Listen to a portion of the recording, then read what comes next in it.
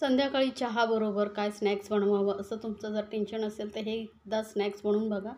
चवीला एकदम भारी लागतं. बनवायला सोपं आहे आणि झटपट होतं. त्यामुळे कोणीही सहज बनवू शकतं आणि हे स्नॅक्स ना तुम्ही बनवून फ्रीजमध्ये स्टोअर करून ठेवू शकता. हप्ताभर अजिबात खराब नाही होत. जेव्हा तुम्हाला खाण्याचं मन होईल तेव्हा पटकन फ्राय करून खाऊ शकता किंवा मुलांना टिफिनमधून देण्यासाठी हा एक उत्तम पर्याय आहे. मुलंही आवडीने खातील. खूप कुरकुरीत लागतो बाहेरून आणि आतून एकदम सॉफ्ट चीजी असे हे स्नॅक्स आपण बनवणार आहोत. तर त्यासाठी आपल्याला साहित्य बघा काय लागणार आहे. तर सर्वात आधी मी घेतलेले आहेत इथे 2 उकडलेले बटाटे उकडून पूर्णपणे थंड केलेले घ्यायचे आहेत. म्हणजे थोडा वेळ फ्रीजमध्ये ठेवलात की ते थंड होतात. आता हे बटाटे आपण किसून घेणार आहोत. लक्षात ठेवा, किसून घेतल्यामुळे काय होतं, व्यवस्थित स्मॅश होतात, मिक्स होतात. चांगलं एकजीव झाल्यामुळे आपल्याला स्नॅक्स बनवायला हे सोपं पडतं. त्यामुळे बटाटे मी हे दोन्ही किसून घेते. तर बटाटे आपले किसून झालेले आहेत. यामध्ये आपल्याला काही हलकं-फुलकं साहित्य ॲड करायचं आहे. ते म्हणजे एक छोटा चमचा मी घेतलेला आहे बारीक चिरलेला कांदा. एक छोटा चमचा आपण इथे बारीक चिरलेली सिमला मिरची घेतलेली आहे. तुम्हाला आवडत असेल तर इथे गाजरही घालू शकता किंवा मटारही घालू शकता उकडलेले. थोडंसं घालते मी पावपेक्षा थोडंसं चमचा जास्त लाल मिरची पावडर. कारण इथे मी थोडेसे चिली फ्लेक्स घालणार आहे. आता चिली फ्लेक्स नसतील घालायचे तर लाल मिरचीचं प्रमाण कमी जास्त करू शकता. थोडेसे घालते ओरेगानो मिक्सअप जे तुमच्याकडे असेल ना, पिझ्झा सीझनिंग वगैरे ते घालू शकता. चवीनुसार घालूया मीठ.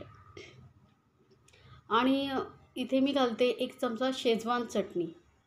शेजवान चटणी नसेल तर पिझ्झा सॉस वगैरे असेल तोही तुम्ही घालू शकता किंवा नसेल तर मग तुम्ही टोमॅटो केचप 1 चमचा घातला तरी चालेल. तर वरून घालूया चीज, कारण आपण हा चीजी थोडासा स्नॅक्स बनवतो आहे.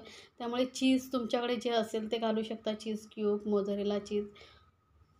तुम्हाला जेवढं चीजी बनवायचं असेल तेवढं वरून तुम्ही चीज घालू शकता. तर मला काही जास्त चीज नाही, मी थोडंसं चीज घातलेलं आहे.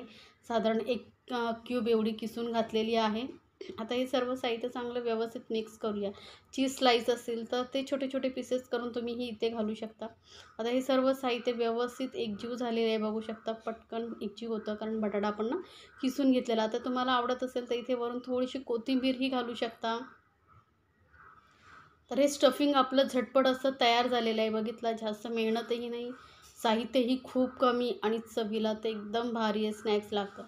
आता स्टफिंग आपलं तयार आहे. पुढे आपल्याला काय करायचं आहे, ते घ्यायचे आहेत आपल्याला ब्रेड स्लाईस आणि या ब्रेड स्लाईसवरती मी डायरेक्ट हे स्टफिंग लावते. तुम्हाला आवडत असेल तर इथे वरती बटरही तुम्ही लावू शकता. तर आता स्टफिंग व्यवस्थित आपल्याला ब्रेडला लावून घ्यायची आहे. चांगलं थोडीशी मोठी लेअर येईपर्यंत आपण हे स्टफिंग ब्रेडवरती पसरवून घेणार आहोत. आता ब्रेडवरती स्टफिंग पसरवून घेतल्यानंतर दुसराही ब्रेड स्लाईस आपण यावरती ठेवायचा आणि याचे आपल्याला पीसेस करून घ्यायचे आहेत. तर इथे मी ना एका ब्रेडचे 4 पीसेस करून घेते या पद्धतीने बघा. आता तुम्हाला हे फ्राय नसेल करायचं तर तुम्ही असंच तव्यावरती याला थोडंसं बटर लावून गरम करून चांगली शेकून कुरकुरीत होईपर्यंतही खाऊ शकता. असंही खालात तरी भारी लागेल. आता हे मी असे 4 पीसेस करून घेते. असंच तुम्ही सर्व पीसेस बनवून घ्या आणि त्यानंतर इथे मी बघा थोडेसे 2-3 चमचे एवढं कॉर्नफ्लोअर घेतलेलं आहे. यामध्ये थोडंसं पाणी घालून आणि चांगली पातळशी पेस्ट करायची आहे. घट्ट नाही, पातळ एकदम असली पाहिजे. कारण यामध्ये आपल्याला हे जे आपण स्नॅक्स बनवून ठेवलं होतं ते डिप करायचं आहे. त्यामुळे आपल्याला पेस्टच लागणार आहे. त्याचबरोबर आपल्याला लागणार आहे इथे ब्रेड क्रम्स.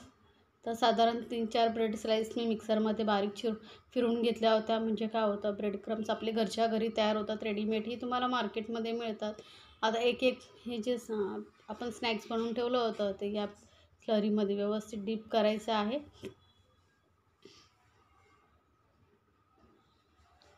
एक्स्ट्रा जे पेस्ट आहे ती काढून घ्यायची आणि लगेच याला ब्रेड क्रम्सवरती घालून ब्रेड क्रम्सने चांगलं कोट करून घ्यायचं आहे. जसं मी तुम्हाला सांगितलं, तुम्हाला शॅलो फ्राय नसेल करायचं, डीप फ्राय नसेल करायचं तर तव्यावरतीही थोडंसं तेल घालून तुम्ही हे शेकून घेऊ शकता. तर असं आपण हे स्नॅक्स बनवणार आहोत. ब्रेड क्रम्सने कोट करून घेतलेलं आहे. तर मी तुम्हाला अजून एक दाखवते बघा. हलक्या हाताने फक्त आपल्याला याला डीप करून घ्यायचं आहे. एक्स्ट्रा जेही तुम्हाला असं वाटतं पेस्ट आहे ती थोडा ब्रेड स्लाईस दाबला की पटकन निघून येते.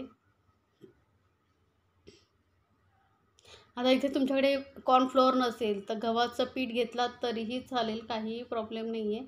गव्हाच्या पिठाची पेस्ट करून घ्यायची. आता बघा असं स्नॅक्स आपलं बनवून आपण हे तयार केलेलं आहे. आता याला ना थोडा वेळ आपण फ्रीझरमध्ये किंवा फ्रीजमध्ये ठेवूया, म्हणजे हे व्यवस्थित सेट होईल. जेव्हा आपण फ्राय करू तेव्हा ब्रेड क्रम्स निघणार नाही. तर मी साधारण 10 मिनटं याला फ्रीझरमध्ये ठेवते, म्हणजे व्यवस्थित हे आपलं स्नॅक्स सेट होईल. 10 मिनटानंतर आपण हे स्नॅक्स गरम गरम तेलामध्ये तळून घेऊया. तेल चांगलं गरम पाहिजे आणि मस्त असे कुरकुरीत होईपर्यंत आपण हे मीडियम फ्लेमवरती तळून घेऊया. गॅस लक्षात ठेवा, एकदम मीडियमवरती ठेवा, म्हणजे काय होईल, स्नॅकच्या आतपर्यंत कुरकुरीत स्नॅक तळून होईल. कच्चं लागणार नाही, कारण आपण यामध्ये कच्चा कांदा वगैरे वापरला आहे, शिमला मिरची वापरली आहे. आणि खाताना हे कांदा शिमला मिरचीचा फ्लेवर जो येतो ना, खूप भारी लागतो. चीज असल्यामुळे तर मुलं तर तुटून पडतात या स्नॅक्सवरती. तर एकदा नक्की बनवा आणि मला कमेंट्समध्ये जरूर सांगा तुम्हाला ही रेसिपी कशी वाटली. तर कलर बघू शकता किती सुंदर आलेला आहे. अजून हलकासा असा कलर येईपर्यंत आपण तळून घेऊया. बघा दोन्ही साईडने मस्त कलर आलेला आहे, एकदम छान असं कुरकुरीत आपलं स्नॅक्स तयार झालेलं आहे. तर काढून घेऊया आणि गरम गरम आपण हे सर्व करूया. तर बाकीचं हे स्नॅक्स मी असंच तळून घेते. तर सर्व स्नॅक्स आपलं तळून झालेलं आहे. मस्त गरमागरम कुरकुरीत स्नॅक्स हे चवीला तर भारीच लागतं. मुलंही खुश होतात. घरी पार्टी वगैरे असेल, तुम्हाला काय स्नॅक्स बनवावं समजत नसेल तर हे स्नॅक्स एकदा नक्की बनवून बघा. सर्व तुमची तारीफ करतील, एवढं जबरदस्त लागतं. कुठल्याही सॉसबरोबर किंवा चटणीबरोबर तुम्ही हे सर्व करू शकता. तर इथे मी टोमॅटो केचप घेतलेला आहे, त्याबरोबर तर हे एकदम भारी लागतं. तर मी एक तुम्हाला तोडून दाखवते. बाहेरून कुरकुरीत आणि आतून मस्त असं चीजी सॉफ्ट असं हे स्नॅक्स आपलं तयार झालेलं आहे.